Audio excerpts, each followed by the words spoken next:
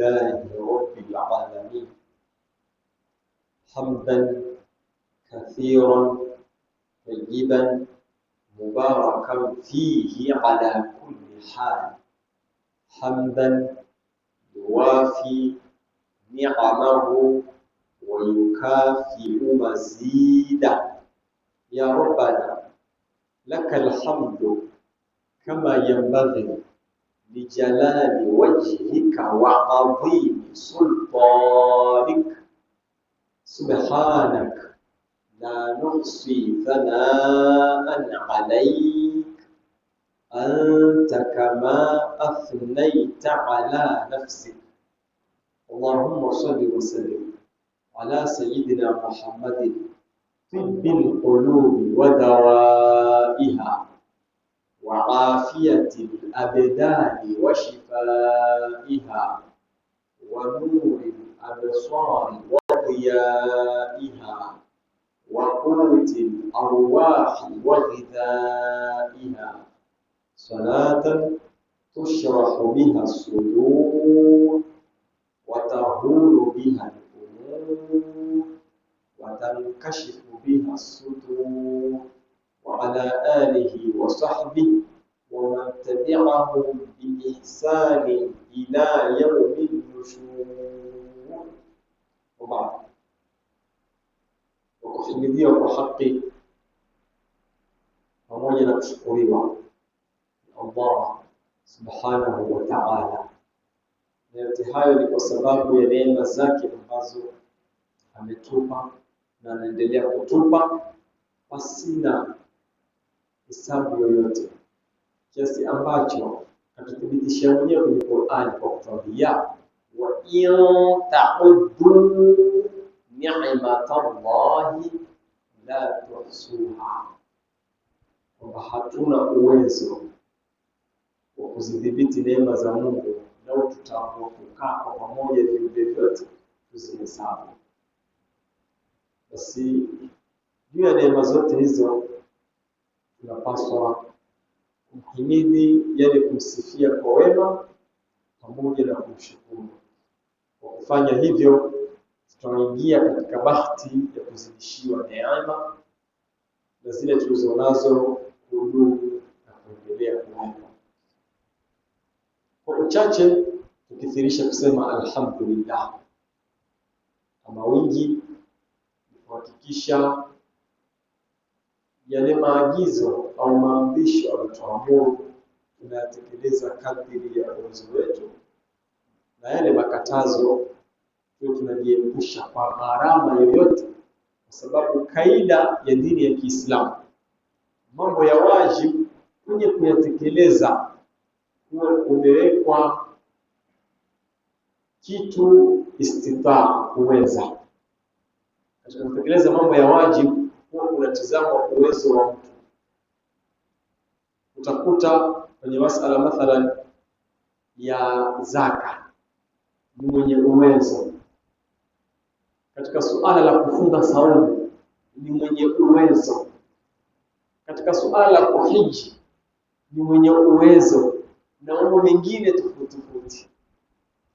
Kwa katika yale ya wajibu huwa yanakwenda na uwezo ambao Mungu kamjalia mtu, kwa sababu Mungu mwenyewe kasema la yukallifu Allahu nafsan illa wus'aha.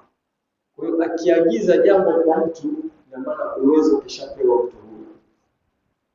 Ama kwenye mambo ya haramu hakuna cha uwezo. Kwenye haramu ni kwa gharama yoyote kujiepusha nayo, kwa sababu yale yote yaliyoharamishwa kiuhakika kula binadamu ana uwezo kuyakula. Ndio maana katika mambo ya haramu tumeambiwa tujiepushe moja kwa moja, hakuna kadiri ya kuweza. Hakuna mtu mmoja kuambia mimi siwezi kuacha hizi, siwezi kuatakata. Hakuna, kula moja uwezo nao wa kuepuka ya haramu. Mazoea tu pamoja na kiburi na inadi, lakini ya haramu ni kuepuka kwa gharama yote. Tukifanya hivyo tutamkuliwa kwamba tumemshukuru Mungu na kumhimidi ipasavyo. Na vile vile tukumbuke kumswalia Mtume sallallahu alaihi wasallam pamoja na kumtakia amani, kwa sababu ni moja katika mambo yanayotuingiza sisi kwenye kufutiwa makosa, kuongezewa mema, pamoja na kuonyesha daraja na hata kupata shafaa ya Mtume sallallahu alaihi wasallam siku ya Kiyama.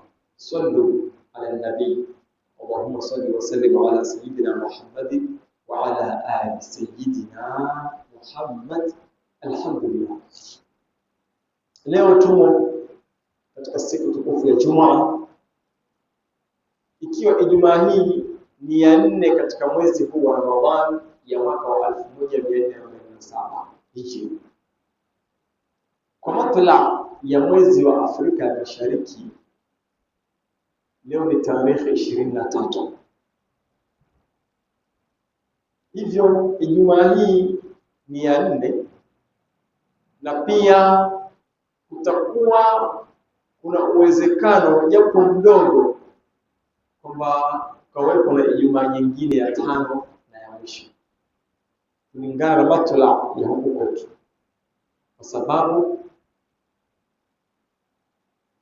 mfumo wa Mtume aliotuwekea ni kwamba sumu liruyatihi wa aftiru liruyatihi fa innahu ma'a alaykum fa akmilu idda. Kwenye kufunga wahitajika kuona, na kwenye kusherehekea Eid Fitri ni kwa kuona. Ikitokea ile siku ya 29 haukuandama, labda kwa sababu ya mawingu au kitu kingine, kamilisheni idadi ya siku 30 kuunda fungo. Kwa hiyo kwa matla ya huko kwetu, ina maana ikishafika tarehe 29 itakuwa ni siku ya Alhamisi ijayo, na usipoonekana mwezi magharibi yake, ina maana ile Ijumaa ijayo itaangukia kwenye 30 Ramadhani, itakuwa ndio Ijumaa ya mwisho. Wa illa basi itasherehekewa kama siku ya Eid. Yote hayo ni katika scenarios ambazo zinawezekana. Kwa hiyo ni jambo la kawaida. Ama kwa wale ambao wanahisabu kwa tarehe za mbele, wakiwemo watu wa Arabuni, wao hakuna huku wala huku, Ijumaa ijayo ni Eid tu kwa wao. Hakuna huku wala huku, Ijumaa ijayo haiwezi kuingia kwenye Ramadhani kwa wao. Ima washerehekea Eid Alhamisi au washerehekea Ijumaa. Kwa hiyo vyovyote Ijumaa ijayo kwa wao itakuwa haiko kwenye Ramadhani kwa namna yoyote. Yote si maajabu, ni mambo ya kawaida kuashiria kwamba Mungu yupo na ni fundi wa kuumba mpaka kajalia akili za binadamu hazifikiani wala hazilingani. Hii si ugomvi, ni katika ishara za uwepo wa Mungu. Kwa hiyo mambo ya kawaida. Alhasil, bado tumo katika 10 la mwisho la mwezi wa Ramadhani, 10 ambalo Mtume kasema wa akhiruhu itqun minan nar, Mungu kuwaokoa na kuwaweka huru waja wake dhidi ya moto. Kwa hiyo kila sababu ambayo yamweka mtu mbali na moto ni bora au ni muhimu sana katika kumi hili kuitekeleza maradufu. Alhamdulillah, katika Ijumaa hii ya leo, kwa munasaba wa hali iliyopo ulimwenguni kwa sasa, nitagusia kitu kimoja ambacho kinapelekea watu wale wa kawaida, yani wasiokuwa na uwezo wa kufanya research katika vitabu vya dini, kuwa katika mkanganyiko mkubwa.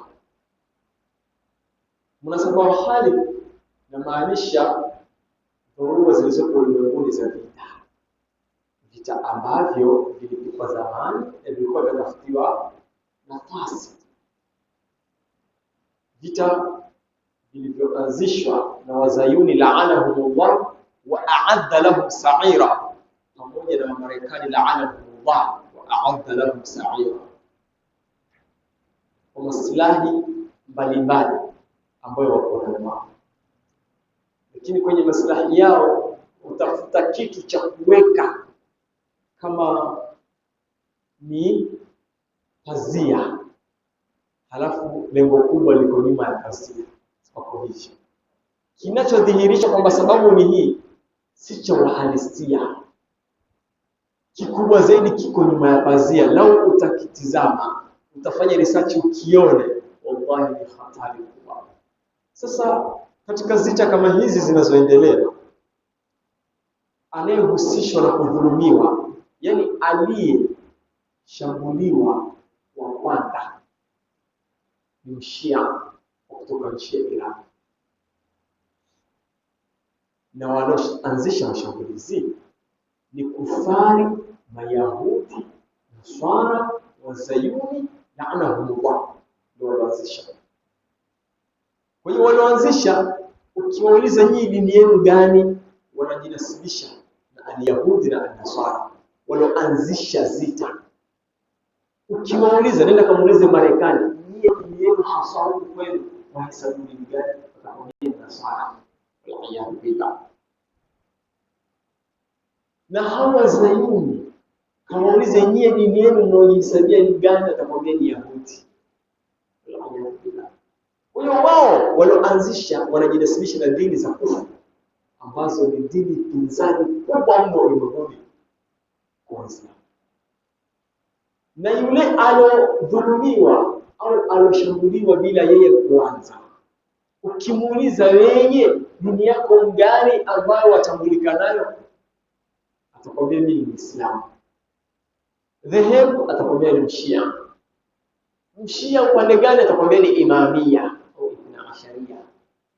Kwa hiyo ana represent dini ya Uislamu. Yeye bendera yake anabeba, anabeba bendera ambayo inaitwa Uislamu. Ndio maana hata nchi yao waliibandika jina baada ya mapinduzi ya 1979, wakaita Islamic Republic of Iran, yani Al-Jumhuriyatu Al-Islamiyya Al-Iraniyya. Nchi yao wameibandika nisba ya al-Islam. Wewe ukimuuliza dini yako gani, anakuambia ni Muslim. Ingawaje katika madhehebu tunafahamu ni Ashia na wanajitambulisha nayo, lakini yeye dini yake anahesabu ni al-Islam. Sasa katika zita hizi huwa kwa chipua mambo mengi sana. Upinzani wa kimadhehebu tofauti ya itikadi, wallahi ni sumu mbaya sana. Yafikia hatua mtu kuficha cha uhakika na kudhihirisha kisichokuwa cha uhakika au cha uhalisia. Na yeye anakuambia ni wa peponi, lakini anaficha kile cha uhalisia. Kuna makundi katika sisi ambao ukimuuliza wewe nani, anakuambia mimi ni as-salafiyya al-jadida. Wow. Anakuambia kabisa mimi ni salafia, mimi ni jadida. Allahu akbar. Na mimi ndio mtu wa haki kuliko wote, na mimi ndio peponi katika al-firqatu najia. Mashaallah. Walobakia wote finna. Anakuambia hivyo. Lakini msimamo wake unapochipuka balaa kama hizi, kamsikie anayanena. Unena mambo ya hatari ambayo yanakinzana na Qur'ani haswa, wal iyad billah. Sio wa kwenye nchi yetu, sio wa kwenye nchi jirani. Wote unakuta yani lugha zao zinaafikiana hivi. Tadhani walikaa katika kikao kimoja wakapangana. Wana lugha za kuendana. Unakwambia katika zita hizi za Mzayuni, Myahudi na Marekani Mnasara wal iyad billah dhidi ya Ashia, wote hawa ni maadui zetu, tukubali. Hiyo tumeikubali. Maadui zetu sisi as-Sunni, tukubali. Lakini wanakuambia sisi hatuwezi kumhurumia yeyote katika hao, sio Iran wala si yeyote. Kwa sababu gani? Kwanza huyo mnamsema kwamba ni Ashia, huyo ni adui namba moja kwetu hata kumliko Mzayuni. Zipo baadhi ya clip au kanda zilizorekodiwa kwa sauti zikarushwa mtandaoni. Bwana anakwambia hawa Mashia sisi ni adui namba moja hata kuliko wazayuni wa Kiyahudi na Kinasara. Allahu Akbar. Yani mzayuni wa Kiyahudi kwake ana afadhali mara 10 kuliko Shia. Ni maneno mtu anayasema hayo inarekodiwa na rushwa mitandaoni, wala ayatu billah. Kusema hivi sio fakhri ya kwamba wewe una haki sana. Ni hatari kwa sababu inakinzana na Qur'ani. Wallah, haiwezekani mshia akawa adui namba moja kwetu sisi Sunni kuliko Myahudi. Haiwezekani.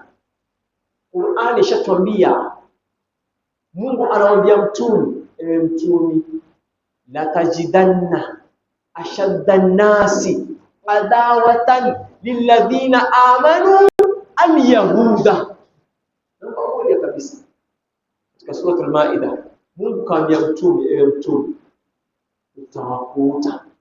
Tena akamsisitizia utawakuta na utawafahamu na utawatambua watu ambao wanakuwa adui mkali mno dhidi ya waumini wa dini ya Kiislamu ni Wayahudi kwanza. Allahu Akbar. Wakifuatiwa na walladhina ashraku, mushirikina. Kwa hiyo katika kutaja Allah akatanguliza al-Yahudi kwamba ni namba moja kwetu. Wewe leo ukisema Ashia ndo namba moja, maana yake unaibomoa Qur'ani kwa kuweka la tajidanna ashadda an-nasi adawatan lilladhina amanu Ashia kwanza, unaweka hivyo na haiko kwenye Qur'ani. Wala ayadu billah, ni kosa kubwa. Haiwezekani, kalla wa alfu kalla, itakuwa Ashia ni zaidi ya al-Yahudi. Haiwezekani. Hatuungi mkono vita wala hatuwezi kumsupport yeyote katika vita. Vita vina madhara, vina hasara, vina maumivu makubwa mno. Hatuwezi kuridhika kwa kuona machafuko duniani. Hatuwezi kushabikia kwamba tunafurahi kuona vita, hapana. Mpaka hata huko Ulaya vita vinavyopiganwa, ambapo vilitokea vita vya Kiulaya vya kwanza, waka vita vya ulimwengu, vya pili waka vita vya ulimwengu, na sasa hivi kuna vita huko Ulaya Mashariki kati ya Urusi na Ukraine ikisaidiwa na NATO kwa ujumla. Viko Ulaya vinaendelea. Hatuwezi tukasema kwamba wazungu hao waache, hapana. Hatuwezi kushabikia. Haifai kabisa kufurahia vita na machafuko. Ngaje wengine ufurahi na kusema waache wazungu wauane, walitunyanyasa kipindi cha ukoloni wakafurahia. Hapana, vita havishabikiwi, hatupendi. Lakini mwenye haki siku zote mpe haki yake. Alodhulumiwa nani? Wallahi, kisiasa, kiubinadamu, kinadharia, yani utakuta alodhulumiwa ni Ashia. Kwa hali yoyote, hakuna siku hata moja katika historia ya Ashia tangu washike taifa lile waliwahi kufanya uvamizi dhidi ya hizo nchi ambazo zinamshambulia kwa sasa. Hawajawahi. Wamewekewa vikwazo vya kila aina. Yaani nchi yenye vikwazo vingi ulimwenguni utakuta ni Mshia pale Iran. Vikwazo vya kila aina, wanadhulumiwa kwa kweli. Lakini pamoja na yote hayo hawajawahi kutangulia au kuanza kumataki mwingine, hawajawahi. Utakuta kila mara wao ndio wanashambuliwa, wanajitetea. Kila mara utakuta wamefanyiwa mashambulizi ya kijasusi, ya kimbinu, ya kuua viongozi, ya kuharibia miundombinu na kila aina, lakini wamevumilia. Hawajawahi. Pamoja na kwamba wanafahamu wahusika ni kina nani, lakini hawajawahi kureact. Mpaka pale wanapovamiwa direct kwa silaha moja kwa moja, wallahi hawajawahi. Kwa hiyo wamedhulumiwa hakika, hata kama kiitikadi zitofautiana, lakini wamedhulumiwa. Na hata kwa sheria za Umoja wa Mataifa, ingawaje ni umoja hewa, lakini kwa sheria walizoziweka yajulikana kwamba wao hawajaanza, wana haki ya kujitetea au kulipiza kisasi. Sasa hii lugha ya kwamba kwa hawa watu tumetofautiana kiitikadi, basi ni maadui namba moja kuliko hata Wazayuni na Wayahudi. Hii lugha ni kuipinga Qur'ani. Qur'ani inasema ni ashadda an-nasi adawa lilladhina amanu al-yahuda, sio ashia. Na hapa inaashiria wazi kwamba watu hawaingii sana ndipo kutizama zitabu, wanakurupuka. Huwezi kumkufurisha Shia kwa ujumla wote kusema ni makafiri ni kadha, huwezi. Haiwezekani kwa kufurisha moja kwa moja. Ashia wana makundi makubwa manne, lakini kwenye hayo makundi kuna sampuli na branches takriban zaidi ya 20. Ashia wana makundi zaidi ya 20. Ndani yake kuna makundi yako karibu mno na Ahlus Sunna wal Jamaa, na ndani yake kuna makundi yako karibu mno na makafiri. Hafahamu? Kwa hiyo huwezi ukawachanganya moja kwa moja ukasema kina fulani ni kadhaa. Mfano kama Zaidia, ni kundi la Mashia Zaidia, ulimwenguni linafahamika, lipo ndani ya Iraq, linapatikana ndani ya Yemen, hususan ndani ya Yemen 25% ni Mashia wa Zaidia. 25% pale Yemen Mashia wa Zaidia.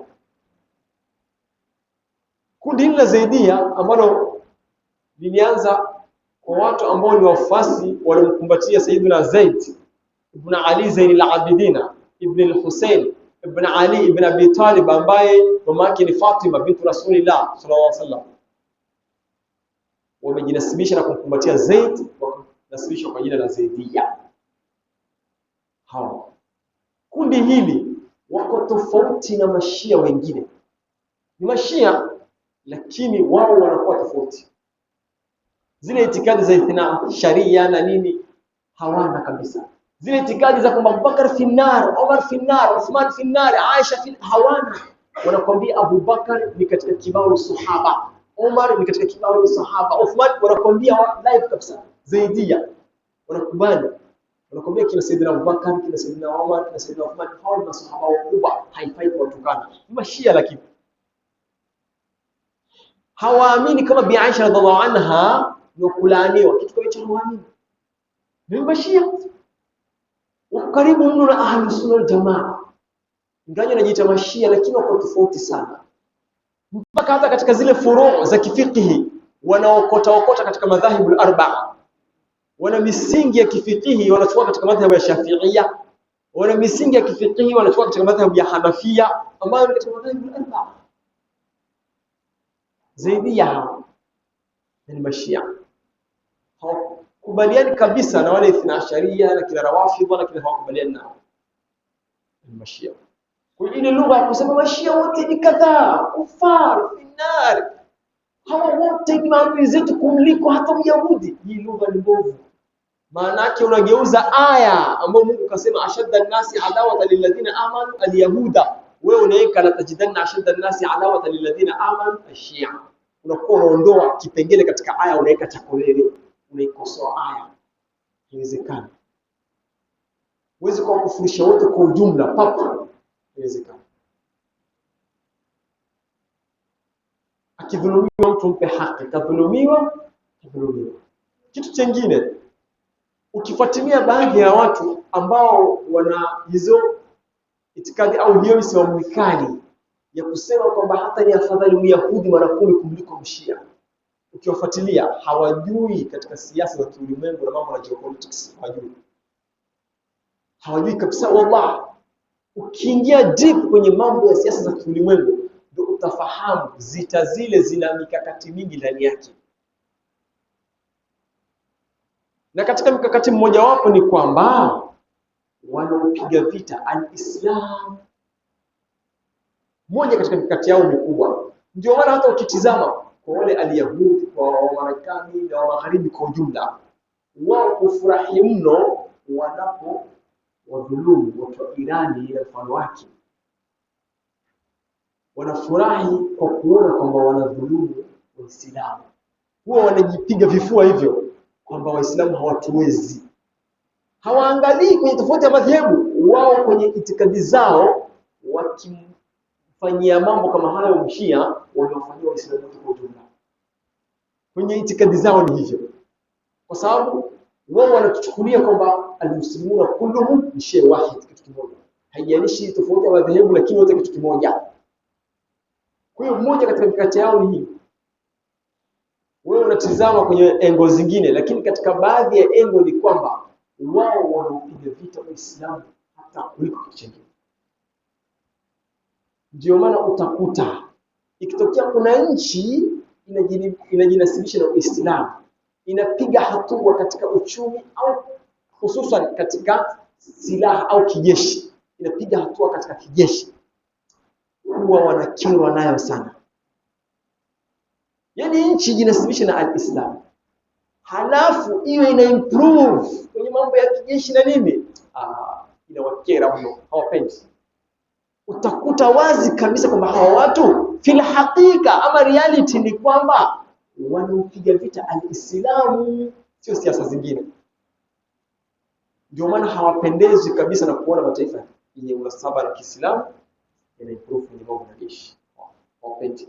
Na hususan ni nchi ikiwa imekaa kimkakati pale ilipo, kama vile nchi ya Iran iko kimkakati kabisa. Ukiitizama kistrategy ile nchi yani iko juu sana na inashikilia kondo muhimu sana. Nchi kama ile kuwa ina improve kijeshi halafu inakinzana na magharibi katika itikadi na kisiasa, kwao ni kitu kibaya mno, hawapendi kabisa. Labda iwe kibaraka ndio watafurahi, la sivyo hawaikubali kabisa. Kwa hiyo ukiingia in deep, wale ndugu zetu al-Yahudi, al-Nasara, watu wa magharibi kwa ujumla wanaopiga vita al-Islam, katika baadhi ya mikakati yao ni al-Islam, sio kitu kingine. Kwa hiyo inapotokea mambo kama haya yanafanyika, vita ulimwenguni, machafuko, tukiona watu ni ashia wanapiga vita na hususan hawajachokoza, wao wamekaa wakatulia, wakashambuliwa ili hai wao katika utulivu hawajamshambulia mtu, kwa hakika wameonewa. Tunasema ukweli kwamba hao ndugu zetu tunawahurumia, hata kama itikadi ni tofauti, lakini tunawahurumia. Wameonewa kwa sababu hawajaanza. Ukweli usemwe, wameonewa, lazima tuwahurumie. Hatushabiki, tunawahurumia. Utakuta hata katika vile vifo vinavyotokea, zaidi ya watu 1000 waliouawa na maelfu walioathiriwa au waliojeruhiwa, utakuta ni watu wasiokuwa na hatia, watoto wadogo, mama, wazee, wanyonge kabisa, wamedhulumiwa. Lazima ukweli usemwe. Hatushabiki, tunawahurumia kwa kile wanachofanyiwa cha dhulma. Huo ndio ukweli, ndio uhalisia. Nitaje kisa kidogo enzi za Mtume kuonyesha kwamba ni jinsi gani mtu anapobeba bendera ya la ilaha illa Allah, wewe unatakiwa uguswe na kile ambacho kinampata, hata kama itikadi zenu tofauti, lakini akibeba bendera ya la ilaha illa Allah unatakiwa kuguswa. Enzi za Mtume akiwa ndani ya Makkatul Mukarrama, kulikuwa na makundi makubwa mno yakiwa na upinzani tangu enzi na enzi, hata kabla Mtume kuzaliwa. Kundi la Ar-Rum, yani Roman Empire, na kundi la Al-Furs, ambao Fursi ya wakati ule ni watu wa Iran, lakini walikijiita wa Fursi kwa sababu dini yao hususan ni Al-Majus, walikiabudu moto wakati ule. Hawa Fursi. Wa Roman wao wanabeba bendera ya kwamba ni Nasara, wanajiita wa Kristo, wanafuata Injili katika madai yao. Makundi haya yalikuwa yana upinzani mkubwa sana enzi hizo, kabla hata Mtume hajazaliwa, miaka na miaka. Yaani hawakai pamoja, hawaongei lugha moja, hawakubaliani kabisa. Ni watu wa kushambuliana saa zote, mara hawa wamewavamia hawa kwa kupiga vita wanawashinda, wale wanajipanga mara na wanawavamia wanawapiga vita wanawashinda, mara. Yaani ilikuwa ni hivyo tu kula mara, mpaka Mtume akaja akazaliwa akatumilizwa. Makundi hayo yalikuwa bado yana nguvu wakati huo, Roma na Fursi walikuwa bado wanaendeleza vile vita vyao vya chuki za kutoka enzi na enzi. Sasa Mtume alipotangaza dini ya Uislamu, pale Maka, washirikina wa Kikureshi hawakumkubali kabisa. Sasa katika haya makundi mawili ya Fursi na Roman, wale wanabeba bendera ya kwamba tunaabudu Mungu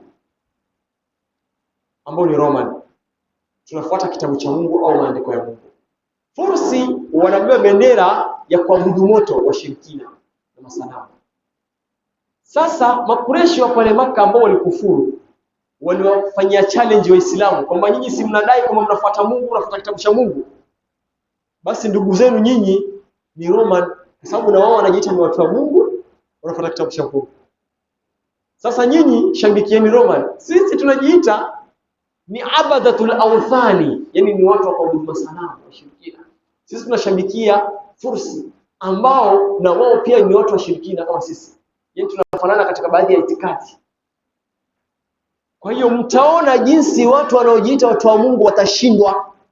Mtaona walikuwa wanawafanyia challenge Waislamu. Tizameni katika vita vya haya makundi mawili, muone jinsi gani mtu akijiita ni mtu wa Mungu, anafuata maneno ya Mungu, huwa anashinda siku zote. Walikuwa wanapatia challenge hii. Sasa kitafuta Roman wameshindwa, naambia mmeona siku zote mtu wa Mungu hushinda. Sisi washirikina ndio wenye kushinda. Walikuwa wanapatia challenge kubwa sana. Sasa msimu fulani vita vilipochipuka, basi Wafursi wakawashinda Roman. Washirikina wakafurahi sana, wakawashambulia maswahaba. Mmeona nyinyi watu wa Mungu siku zote na kushinda, mmeona sasa? Ikashuka sura inaitwa Suratul Rum, yani sura ya Roman. Ikawataja moja kwa moja. Sura hii iliposhuka ilikuwa kwa ajili ya kuwaliwaza Waislamu na maswahaba kwa ujumla, kwa sababu wanakerwa na washirikina kuambia kwamba watu wa Mungu siku zote ni watu wa kushindwa tu. Unaona? Ikashuka ile sura sio kwa ajili ya kushabikia vita au kwa ajili ya kushabikia Roman. Ni kwa ajili ya kuonyesha mkidai kwamba watu wa Mungu hushindwa, basi na wao pia hushinda kwa idhini ya Mungu. Si mnadai hivyo? Sura ile ikashuka hivyo. Maswahaba wakawa wamekaa upande wa Roman, kwa kuwa wanadai kwamba wao wanafuata Injili na wanamwabudu Mungu. Wakawa upande huo. Basi iliposhuka Suratul Rum, Allah akatanguliza sura herufi zenye siri, ambayo ni katika kodi namba za Qur'ani hizi. Ni password kubwa kabisa ambayo hakuna yeyote ajuaye maana yake isipokuwa Allah. Ikaanza na alif lam mim. Kisha Allah akasema ghulibatir rum, wa Roma wameshindwa katika vita kati yao na Wafursi washirikina. Lakini enyi waumini msihofu, hawa Roma wameshindwa fi adna al-ardh, katika ardhi iliyokuwa karibu na nyinyi, ambao inazungumziwa bilad Sham, kwa sababu Roman makao yao makuu yalikuwa ndani ya Sham, hususan kule Jordan kulikuwa na makao makuu kwa wao Roman. Sasa katika ardhi iliyokuwa karibu na wao, kwa maana kule Sham, ikataja Qur'ani kwamba wameshindwa hawa Rum ambao wana kambi yao kubwa upande huo. Lakini msijali, wahum, na hawa Roma walioshindwa, min ba'di ghalabihim, baada ya kushindwa kwao, sayaghlibuna, hivi karibuni nao watakuja kuwashinda hao washirikina, ili ndani wenu Makureshi washirikina na wao wahisi uchungu kwamba kumbe washirikina hushindwa. Kwa kushinda kwao msihofu, fi bid'i sinina, itatokea katika miaka michache. Qur'ani kataja hivyo, hawa Roma na wao watakuja kupambana na hawa Wafursi wawashinde ndani ya bid'i sinina, miaka michache. Ambao bid'i katika lugha ya Kiarabu inahesabiwa kuanzia 3 hadi 9. 3 ndo idadi ya chini katika wingi wa lugha ya Kiarabu. Kwa Waarabu wingi unaanzia 3. Kuna umoja, kuna uwili na wingi, tofauti na lugha zingine tofauti. Kuna mufrad, muthanna na jamu. Kwa hiyo unaposema jamu ni wingi, unaanzia 3. Sasa neno bid'i katika lugha ya Kiarabu linatumika kuanzia idadi ya uchache katika wingi au idadi ya chini katika wingi kwenda mpaka chini ya 10 ambayo ni 9. Yaani 3 mpaka 9 ndo zinaitwa bid'a. Ima 3, 4, 5, 6 mpaka 9 hapo inaitwa ni bid'a. Sasa Qur'ani ikasema ni fi bid'i sinina, na wao Roma watakuja kushinda. Sayyidina Abubakar aliposikia hivyo, Qur'ani imesema kwa maana watu wanaojiita watu wa Mungu nao pia watawashinda washirikina, akabeti na Walid ibn al-Mughira ambaye ni Mkureshi kafiri pale Makkah, akafanya betting. Wakati huo betting au kamari ilikuwa si haramu, walikuwa hawajaharamishiwa, na walikuwa wamezoea kweli makamari wa Quraysh. Na Sayyidina Abubakar kwa kuwa naye katika Makureshi, desturi hiyo wanayo, wakafanya betting ya ngamia 10. Unakuta walipofanya betting wakaekiana miaka 3 au 5, kwamba ndani ya miaka 5 Waroma na watawashinda Wafursi. Haikutokea. Ngamia zake 10 zikaenda, Walid akazichukua. Ndio kawaida ya kamari hivyo, pata potea. Alhamdulillah, ina madhara, ingawaje kuna viji manufaa, lakini Mungu kasema madhara yake ni mengi kuliko manufaa yake. Sasa Sayyidina Abubakar kwenye betting ile alikosa, ngamia 10 zikaenda. Karudi kwa Mtume akiwa na huzuni, ya Rasulullah, Qur'ani imesema Waroma ndio watakuja kushinda hivi karibuni. Nimebeti kule ngamia zangu 10 zimeenda, vipi? Mtume akamuuliza Abubakar, mbona mfanyaje? Kaambia nimebeti ndani ya miaka 5. Akasema ukujua wewe bid'i. Akamwambia ij'al. Akamwambia Sayyidina Abubakar, zayiduhu al-khatara wa ma bihi al-ajala. Kaambia kwani hukujua wewe bid'i ni chini ya 9, chini ya 10. Chini ya 10 kuna 9 hapo. Wewe unataja 5 unavunjika moyo. Kuna 9 hapo. Nenda ukamfanyie tena kamari, kabeti, lakini mara hii weka fungu kubwa zaidul khatara, mweke kiwango kikubwa, halafu madhil ajala, muongezee ule muda, mwambie tukae mpaka ndani ya mwaka fulani, mwambie hivyo. Sayyidina Abubakar akafurahi, akarudi akamwambia Walid, njoo tubete kwa mara ya pili. Walid akaja akamwambia mara hii naweka ngamia 100. Na wewe weka ngamia 100. Tuweke mpaka mwaka fulani. Yaani kufikia idadi ya miaka 9 kuanzia ilipotajwa. Tuweke mpaka mwaka huo. Waroma na wasipowashinda Wafursi, unachukua, na wakiwashinda, mimi nazichukua ngamia zako 100. Wakabeti. Qur'ani kathibitisha ukweli. Kufikia mwaka wa 9, vita kati ya Wafursi na Waroma vikatokea. Masahaba kafurahia kwa kuwa upande wa Waroma na wakawashinda Wafursi. Sayyidina Abubakar akachukua fungu lake, yani ngamia 100 za Walid ibn al-Mughira. Wakamwambia mmeona kumbe watu wanaojiita watu wa Mungu hushinda. Utakuta katika wakati ule waliokuwa wanabeba jina la Mungu, jina la maneno ya Mungu, Waislamu walikuwa wanatamani kuona wao wanashinda kuliko wanaobeba jina la shetani. Unakuta walikuwa wanatamani kiasi kama mpaka walikuwa wakishabikia hasa ile wanakuchagua upande moja kwa moja kwamba sisi tuko huku. Imetaja mpaka kwenye Qur'ani hasa, nenda kasome suratul Rum. Nenda kaisome. Utayajua mengi kwamba je, matukio haya ni kweli? Kataja kisa hichi al-Imam Tabari rahmatullahi ta'ala alayhi kwenye kitabu chake Jami'ul Bayan an ta'wili ayil Qur'an, wakati alipokuwa akitafsiri hii aya في غلبت الروم في أدنى الأرض وهم من بعد غلبهم سيغلبون في بضع سنين. Alipokuwa tafsiri hizi aya ndio akaleta kisa ambacho kitabu chake cha Jami'ul Bayan an ta'wili ayati al-Qur'an kinakubaliwa na mufassirina wote wa Ahlus Sunna wal Jamaa. Sababu Imam Tabari ni imamu mkongwe alotangulia mufassirina wote kuweka kitabu cha at-tafsir bil ma'thur, yani tafsiri kwa maandiko, sio kwa rai.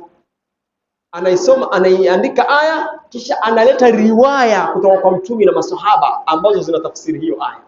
Haendi kwa kichwa chake kwamba mimi ninaona hivi kwamba hii aya inasema hivi, hakwambii hivyo kwamba mimi ninaona hivi.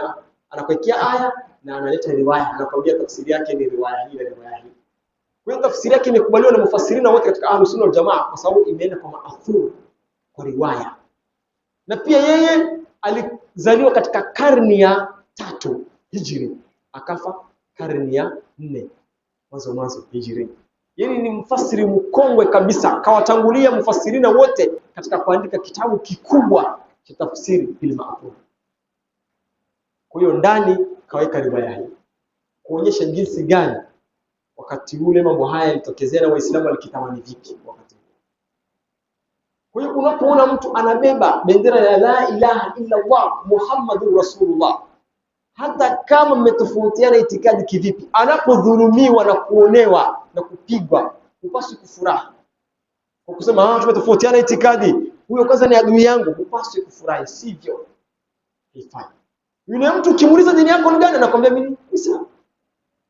Wanamkubali Mungu, la ilaha illa Allah, wanamkubali mtume.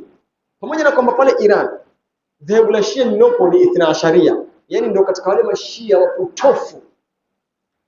Pale Irani dhehebu lile la Shia ambalo linaongoza ndio mashia wapotofu, hata kuliko wale Zaidia ambao wako kule Yemen, kina Houthi na wengineo.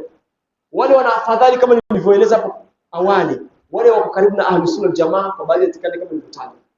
Lakini Ithna Asharia pale Irani ndio katika mashia wapotofu, maana wao kwao Abubakar finnar, Umar finnar, Uthman finnar, Aisha finnar, wote hao wal billah ndio katika mashia wapotofu kabisa. Tunakubali itikadi zao ni mbovu, mpaka wengine wanaenda mbali zaidi kwenye kuwachukia hao masahaba, hadi kwenye vyoo wanaandika majina yao kwenye milango ya kuingia chooni. Abubakar, Umar, Uthman, yaani unakanyaga majina yao ndio unaingia chooni na kutoka.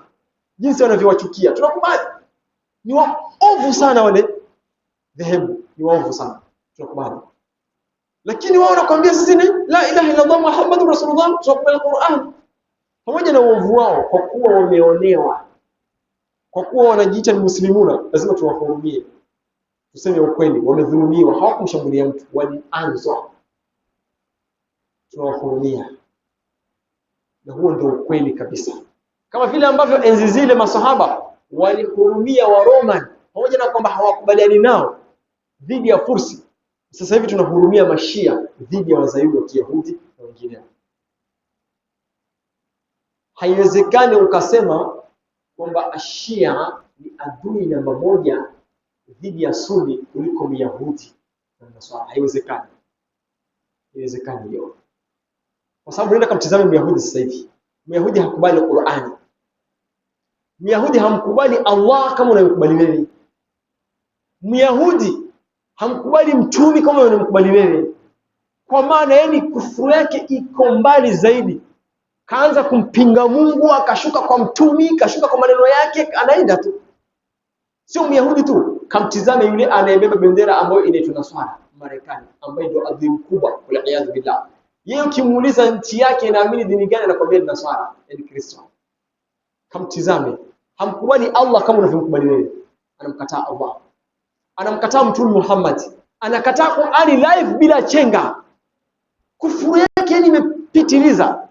Halafu kitoka huko njoo mtizame mshia. Je, mshia anamkataa Allah? Hapana. Mshia anamkubali Allah. Je, anamkataa Mtume Muhammad? Hapana. Anamkubali, ingawaje katika zile branches zao kuna kundi kati yao wanamkataa Mtume Muhammad, wanamkubali Sayyidina Ali kati yao, lakini sio wale Ithna Asharia. Sio Ithna Asharia wa Iran. Kuna kundi linamkataa Mtume Muhammad, linamkubali Ali. Liko, ila sio wale wa Iran. Tunakubali. Kwa hiyo wale walioko pale kawatizame, wanamkubali Mtume Muhammad sallallahu alaihi wasallam. Wanakubali Qur'ani kabisa na wanakubali baadhi ya masahaba, ingawaje itikadi zingine Allahu a'lam. Utakuta uovu wao huwezi kuulinganisha na uovu wa Myahudi anayempinga Mungu moja kwa moja. Utakuta uovu wao hauwezi kulingana na uovu wa Nasara anayempinga Mungu moja kwa moja. Hivyo haifai kusema Ashia ni adui namba moja kuliko hata Wayahudi na Nasara. Haifai. Utakuwa unageuza aya katika suratul Maida. Mungu anasema la tajidanna ashaddan nasi adawatan lilladhina amanu al-yahuda walladhina ashraku. Adui namba moja dhidi ya waumini wa dini ya Kiislamu nani? Al-Yahudi. Sio Ashia. Kwa hivyo ukisema ni Shia, unaenda unaokota kipande katika aya, unakiondoa, unapachika cha kwako. Wala iyad bila haifai. Ni waovu ndio, lakini hatuwezi kusema kwa kudhulumiwa kwao basi wana haki ya kudhulumiwa. Hatuwezi kusema hivyo. Hatuwezi kusema hivyo. Hatushabiki vita, haturidhii, hatupendezwi, kwa sababu athari yake inaenda kwa ulimwengu mzima, mpaka watu ambao hata hawahusiki, hawana hatia, athari yake inafika. Hatupendi. lakini ukweli usemwe, alodhulumiwa tuseme kadhulumiwa.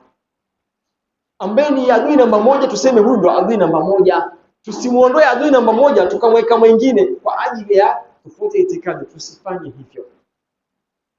Hizi ni itikadi ziko tena kwa baadhi ya shuyukh kabisa wanaojiita ni as-salafia al-jadida. Wanazo. Tena mimbarini mtu anasimama na kuzinena na kurusha mtandaoni kwamba Shia ni namba moja katika uadui ziletu hata kuliko Wayahudi. Hapana, Qur'ani haijasema hivyo. Kusema hivyo sio sunna na kusema hivyo sio mafundisho. Tuseme ukweli, alodhulumiwa kadhulumiwa. Ambaye ni muovu ni muovu, na kila mmoja na nafasi yake tumweke. Tusigeuze, tusibadilishe. Huo ndio uhalisia. Kwa hiyo vita kama hivi vina mikakati mingi sana ndani yake. Siasa imo, uchumi uko, mpaka kupiga vita Uislamu pia uko kwenye vita. Ukiachana na siasa, pia kuna mambo ya uchumi. Baadhi ambao Allahu a'lam, kila Marekani hao wanajiita Nasara, wanataka kushikilia mkondo ule wa Hormuz ikiwezekana, kwa sababu ni strait muhimu sana ya kibiashara ile, ili waweze kufanya mambo wanayotaka wao kwa ulimwengu ikiwezekana, na kuangusha baadhi ya madola mengine mbalimbali ambayo yanashindana na wao kiuchumi. Hiyo katika uchumi mkakati huu umo, na mambo mengine ikiwemo kuangusha Uislamu. Usiwe na mtu yeyote ambaye anaweza kumzuia mtu kwa kanyaga yale mataifa ya Kiislamu. Tunafahamu ni mwaka jana au mwaka juzi, Allahu a'lam, Benjamin Netanyahu la'anahu Allah, khinziru al-Yahudi, alivyokwenda kwenye bunge la Umoja wa Mataifa kule New York, Marekani. Tena live bila chenga, hana wasiwasi, anaonyesha ramani jinsi ambavyo alivyopanga, ambapo anataka Israeli iwe the greater Israel. Yaani anaonyesha ulimwengu kwamba inatakikana ifahamike Israeli ni eneo hili. Anaonyesha ulimwengu bila hofu. Yaani utaelewa kabisa kwamba hawa watu yaani wana fikra potofu. Palestina imeenda, Lebanon imeenda, Jordan imeenda, Syria imeenda, Iraq imeenda, kule Kuwait imeenda, baadhi ya mataifa katika maeneo ya Saudi Arabia pia yameenda, maeneo ndani ya Misri yameenda. Yaani kuna wamechukua pati nyingi, wamezishedi kwamba hii ndio inatakiwa iwe Israeli ya kutambulika kimataifa. Waliaadhu billah. Mtu hana wasiwasi kabisa, anautangazia ulimwengu kwamba sisi ni hivi na hivi. Utakuta ndani sio mkakati wa kiuchumi na kisiasa tu, pia kuna kupiga vita dinul Islami. Jambo hili lipo, na mpango huu wa the greater Israeli ndani ya Middle East, kama kuna nchi pekee ambayo ina uwezo au inamtia wasiwasi mpaka anashindwa kukamilisha, Iran. Ile nchi yani ndio inamshinda kabisa. Kivipi? Iran pale walipo wameanzisha mfumo wa proxy wa kuanzisha vikundi ndani ya Lebanon, vikundi ndani ya Syria, vikundi ndani ya Iraq. Walipouelewa ule mfumo au ule mkakati, wameanzisha vikundi hivi kuhakikisha hivi vikundi vitakuwa tayari kumsumbua yule asichukue maeneo yao, na atakuwa na support. Vile vikundi havikuja bure. Kuna watu walaumu wale wa Mashia walipofanya vile, hawakufanya bure. Vile vikundi vilikuwa ni kwa ajili ya kuzuia mkakati wa kuchukua ardhi, kwa sababu washasoma wakaona mbali. Hawa watu wanakusudia kuchukua mpaka huko, wacha tuweke upinzani ndani ya hizo nchi, ili wakitaka kuingia wasipate usahali na wepesi. Kwa hivyo anaonekana Mshia pekee ndiye ambaye anaweka kikwazo kukamilika mfumo wa the greater Israel, ambao wao wameweka mfumo huu. Ukikamilika, baada yake ni mfumo wa Pax Judea. Pax Judea nini? Ni mfumo wa kuconquer the world katika mamlaka. Yaani wao wana sauti katika kila nchi ulimwenguni. Ukiambiwa fuata hivi unafuata. Huu mfumo wa Pax Judea umetagetiwa. Baada ya kukamilika mfumo wa Israeli kubwa, huu unafuata. Unaona hiyo? Ni hatari. Kwa hiyo pale kwenye vile vita kuna mambo mengi, kisiasa, kiuchumi, mpaka katika kuigandamiza dini ya Islami kubwa. Wewe usikurupuke kusema Mshia ni adui namba moja hata kumliko Myahudi. Hapana, bali Myahudi anabaki kwenye nafasi yake kwa ni adui. La tajidanna ashadda an-nasi adawatan lilladhina amanu al-yahuda walladhina ashraku. Kasome hiyo aya katika sura al-Maida. Haya machache tunaomba Allah subhanahu wa ta'ala atufahamishe dini yake, akihifadhi kizazi chetu kutokana na vitimbi vya shaitani na Mayahudi na wasaidizi wao, vile vile tushangae na waja wake hapa duniani na kesho akhira. Amin ya rabbal alamin.